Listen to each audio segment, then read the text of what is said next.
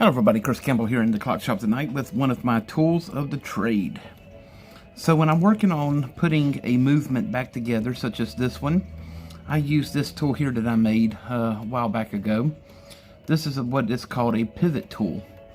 You can buy this exact same tool from Time Savers, Merritt's, other clock makers websites.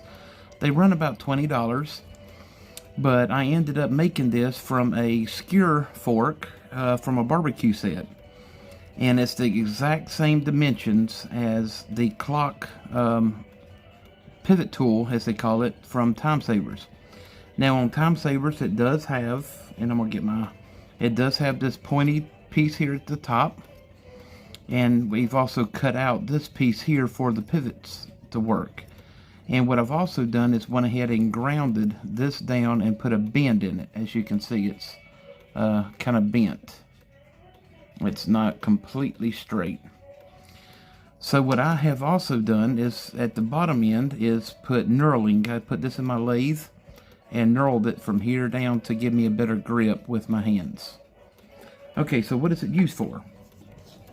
Well, when you're putting a clock back together, you can use the two fork ends to push the pivots into their holes down inside, or you can use the cutout slot to manipulate the pivots. They fit right between them and lock in so that you can either push them or pull them, move them left or move them right to get them into their holes.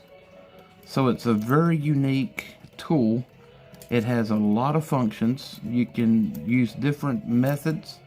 Rotate it to push it up, push it down like a pry bar.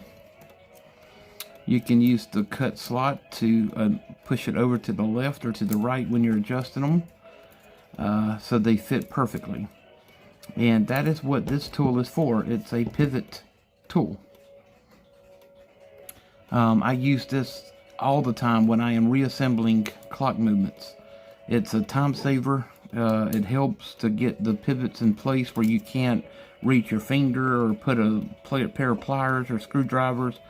This fits perfectly because it's flat, it's out of the way, and it's low profile, so it doesn't hang or bind on anything else unless you want it to. And it's non-magnetic, which is very good because you do not want anything magnetic on a clock because that can offset the functions of the gears. Even though they are brass, but the arbors are metal, so if any magnet comes in contact and it magnetizes it, it can offset the time sequence, it can offset the strike, it can mess up the whole sequence. So then you have to use what is called a demagnetizer to demagnetize the clock before you put it into the case. That's a whole other story. So this works wonders when you're working on and reassembling clocks to put them back together. So if you're into the clock business of working on, I would highly suggest getting one of these pivot tools. If you are a machinist such as I am, make one yourself. I made this for under $5, I think it was. But yeah, it has saved me a lot of time and a lot of trouble. So there you go for your tip of the day for the tool that we use. Have a wonderful evening.